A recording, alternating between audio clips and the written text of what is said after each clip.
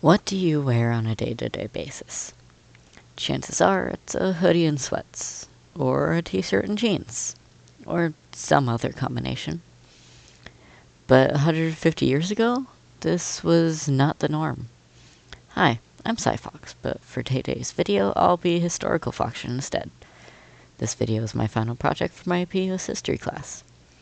For this semester, we've covered generally from the 1880s till present day, so that's what I'll be covering. But what am I covering exactly? I'm glad you asked. This video is about men's fashion, decade by decade, for the most part, specifically, generally, what a typical man in America would wear in terms of casual clothing. Now, 15 decades may seem like a long time, and it is, so we're splitting this into 4 broader sections. From 1880 to the end of World War I, because there wasn't much change throughout that section. Then we'll discuss from the end of World War I to 1950, because while we had growth in the 20s, we immediately hit the Great Depression in World War II. Next, we will cover the 50s through the 70s. Each decade in this section seems to quite literally get brighter than the last. Lastly, I'll cover from the 80s till now. For the last 46 years, there hasn't been significant change in general menswear, so I'll give a brief overview of that, but then to make things more interesting and to cover something that I enjoy, we'll give a brief history and description of 2 specific fashion styles. Now, I keep mentioning covering things. So, how will I cover them? Well, I'm going to do a speed paint of 1 or more outfits from each decade or style I'm covering as worn by my fursona. And I'll describe what happened in each decade, what the styles were, and how what was going on influenced the fashion of the time. At the beginning of each category, I'll give a brief overview of what I'm about to cover as well, repeat what the general time frame is, give a few mentions of the historical influence, and a few brief descriptions of fashion trends over the broader category. Then, after that, I'll dive in and give more details. I will also go on a slight tangent later on to discuss a very interesting event that was caused by fashion trends. I may include a few sequences that are in the same simple sketch format I'm using now, but for the majority of this video, I'll be using my PNG tuber because it's easier and, let's be honest, it looks better than switching between the few sketches I made anyways. You can find all the sources I used in the description below, as well as a transcript of this introduction. I recommend checking them out for more in-depth descriptions of the things I talk about in this video, as well as the actual photographs and clothing ads that I used for reference for this project. To start, we will cover the time frame from 1880 to the end of World War I in 1918. This time period was fairly stagnant in terms of the evolution of fashion. Through this period, we did get slight changes in the types of suits and the availability of suits, but in terms of actual fashion, it was the same colors, hats, suits, what we'd now consider formal. What was happening at the time? Mainly industrialization. We gained more effective factories, and it became much easier to produce clothing, and produce it more colors. Did that make the people of this era actually wear more clothes? No, not particularly. The 1880s were mainly full suits. You had high necklines, matching colors, typically dark ones. You'd only have lighter color in the summer. Colors were starched and tall, and interestingly, they were not uncommonly detachable, so the body of the shirt could be washed separately from the collar. In the winter, you would have a darker felt hat, likely a bowler hat. In the summer, you could have light-colored hats or even straw hats. Hair was often short and styled to keep it in place. Men also didn't typically have beards, but fashion-forward men would still have mustaches. Most men wore boots, and if you had a pocket watch, you would wear a chain. And usually you would button your jacket in a way that displayed the chain. If you wore glasses, it would likely be pince-nez, which meant it wouldn't have arms and would be frameless, and it would pinch the bridge of your nose. Industrialization made it easier to make clothes, but most people still didn't have enough money to buy multiple outfits. This is the one and only section where I did 2 drawings, mainly because I did not end up having time. I did the styled hair and the pince-nez glasses. I included the summer outfit, which included the straw hat and the lighter colors, and the winter outfit, which included a overcoat. You can see the felt hat also in the winter outfit. You can see both outfits include a chain and boots. Boots were the biggest type of footwear at the time.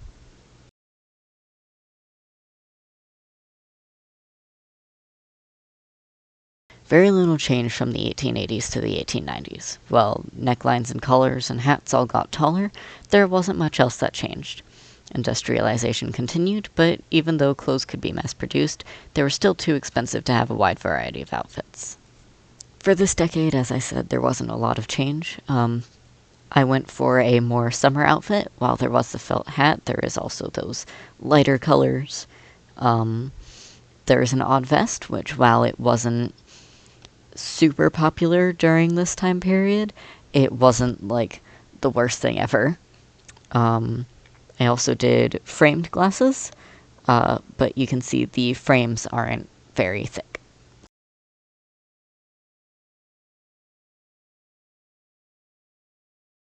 Going into the 1900s decade, there's once again not much change. Homburg hats started to grow in popularity, and matching suits were even more common than previous decades, but overall there was very little change. For the 1900s, you can still see the styled hair, but also on display is a side part. You can see facial hair was a little less popular during this time period, and the necklines were getting really high. Something that was somewhat shown in the last decade, but is more popular and more obvious in this decade in this drawing, is cuffs, which started to appear on pants and suit jackets.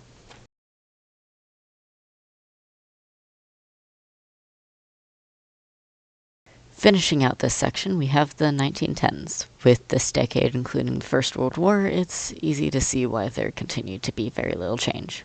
As I mentioned at the top of this section, there really wasn't much change in this time frame. While matching suits were very common in the last decade, less matching suits seem to become a bit more popular in this decade. As you can see, I went with, they're all earth-toned colors, but there's still more color. You can also see a different kind of hat with the flat cap, which was also more popular in the 1910s.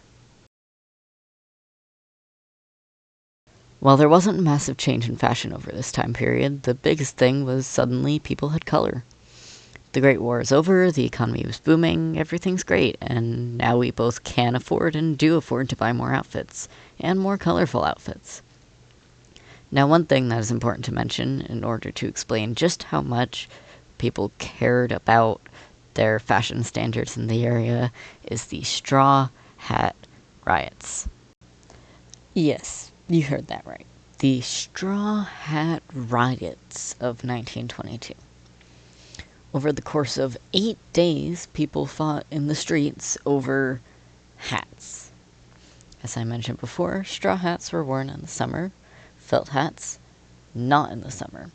Specifically, straw hats were worn from May 15th to September 15th. Men would celebrate the end of the summer by smashing their straw hats. This showed that people could afford to buy a new one the next year. A few days before the end of straw hat season, groups of young men started stealing people's straw hats and smashing them. I'm going to read an excerpt from the New York Times about this. Quote, "Gangs of young hoodlums ran riot in various parts of the city last night, smashing unseasonable straw hats and trampling them in the street.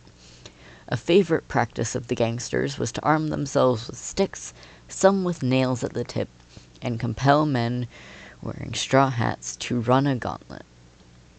For context, according to Wikipedia, the most trustworthy of sources, as we all know, running a gauntlet means, quote, a punishment where an individual ran between two rows of people who struck them.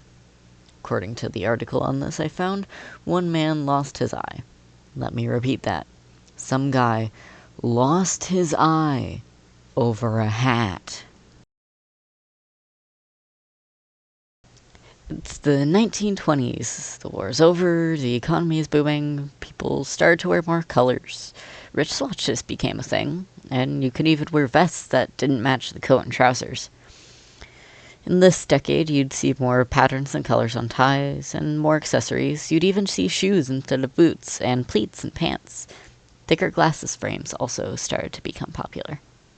With the 1920s, I originally had two drawings, but I ended up going with one that showed off more of the college look, where college students wouldn't always wear suit jackets, and there was more of a knitwear that students would wear. There was also a trend known as the Oxford bags, where specifically Oxford students would wear baggy pants, where the majority of men at the time would not.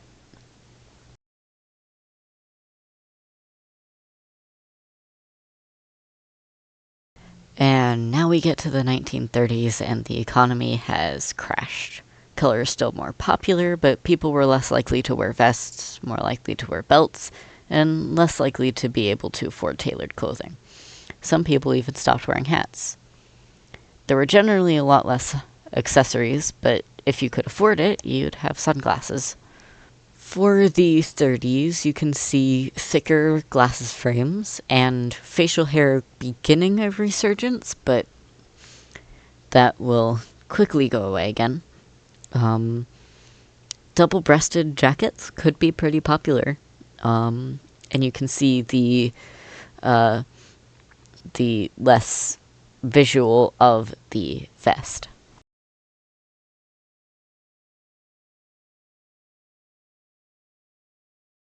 Now we get to the 1940s, and we're at war again. People would wear less clothing overall in order to ration for the war, and there were very little changes in fashion because it was considered patriotic to wear old clothes instead of buying new ones. With the 1940s, you can see while there is color, there's generally less fabric. The shoes are very similar to the last decade. The knitwear, the jacket, it's trying not to use much extra fabric, and it's trying to limit accessorization. This time period was right after rationing ended. Now people could use all the fabric they want, all the color they wanted. This also coincided with the rise of counterculture, civil rights, and flower power movements. So more and more color gets used each decade.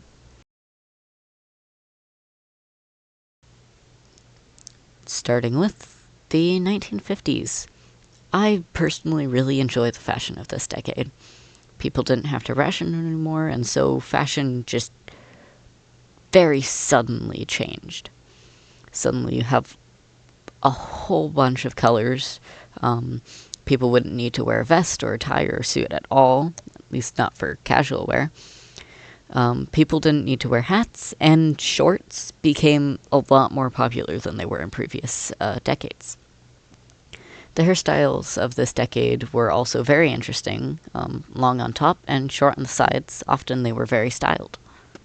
Like I said, this is one of my favorite decades in terms of fashion. We can see thicker frames, and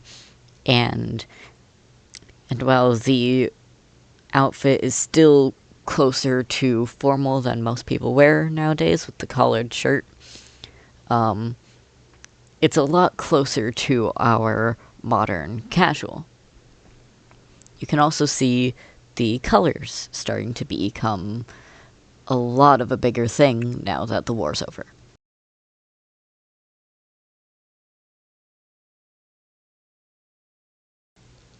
Now moving into the 1960s, we're going to focus on the hippies specifically. Why? Well, because with the Vietnam War and the Cold War and all of the conflict, we see a significant rise in counterculture movements. Specifically known are the hippies. Men would wear their hair long, and they'd wear distressed clothes. A lot of colors and a lot of patterns would be used. It would be very bright and very crowded, and that was just what they did to kind of show off their individuality. Now, the 60s, this one took a while to draw, but it was very fun. You can see the tie-dye, you can see the scarf, you can see the longer hair and the accessories and the amount of patterns and colors. You can also kind of see the necklaces worn under the scarf. It was all in all just a very bright color time and very nice.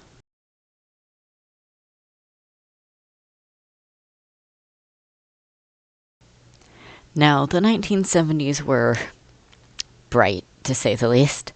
I tried my best to do research into this decade that was objective, but it seems that people have tried to just eliminate the 70s from fashion history. The article that I found that had the most amount of pictures was titled exactly "Vintage Photos That Show Why the 1970s Meant Fashion Should Never Come Back." I think all fashion has its place, but the 70s were certainly interesting. They were very bright, and clothing was typically worn very tight, and it was very loud.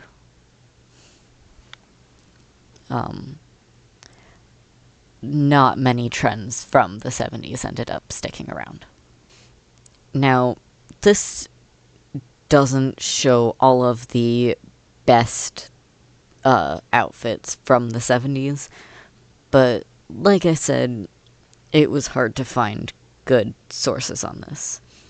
The article I found had several pictures of this style of outfit with the longer knitted shirt with a belt across it.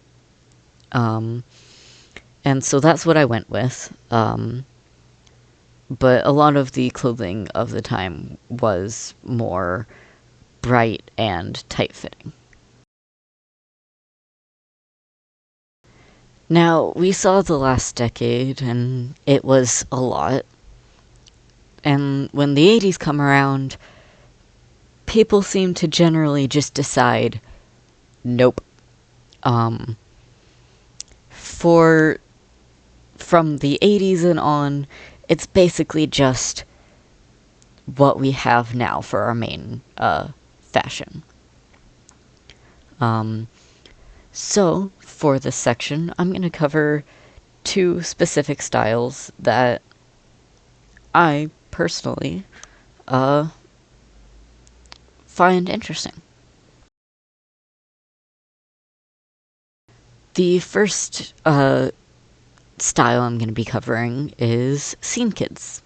I'd put my friend Gameslotl in this category.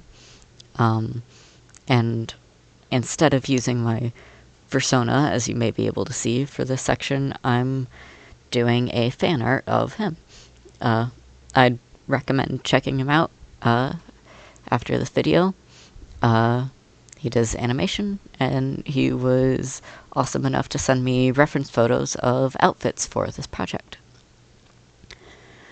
The main thing I've seen about a lot of scene kids is fandom. Scene kids tend to wear a lot of fandom merch. The most popular seems to be Invader Zim, and specifically Gur. Along with the merch, it's a lot of bright colors and accessories. Just all of the accessories, multiple belts, arms covered in bracelets, everything. Dyed hair is also very common, and also typically brighter colors. The raccoon hair dye pattern is probably the most well-known. So, where did all of this begin? Scene emerged in the early 2000s. It was generally the brighter, more positive cousin of emo. It grew in popularity mainly because of things like MySpace, and it stuck around for a while. It saw a resurgence, particularly due to Y2K nostalgia trends that have been popular with the younger generation lately. For this one, you can see there's a lot of dark contrasted with light, and you get that fandom merch in the Murder Drones shirt. There would be more accessories if I had time to draw them, but you can see there's the hair clips, there's the chains on the pants, and the strap on the pants, as well as the bracelets and the gloves, and the shirt over another shirt. There's just a lot going on, but it works so well together.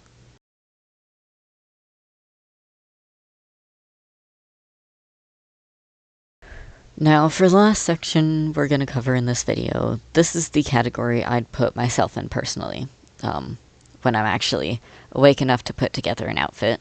And that category is the mall goth. Mall goth is a sort of amalgamation of a bunch of different styles, including goth, nu metal, and emo fashion.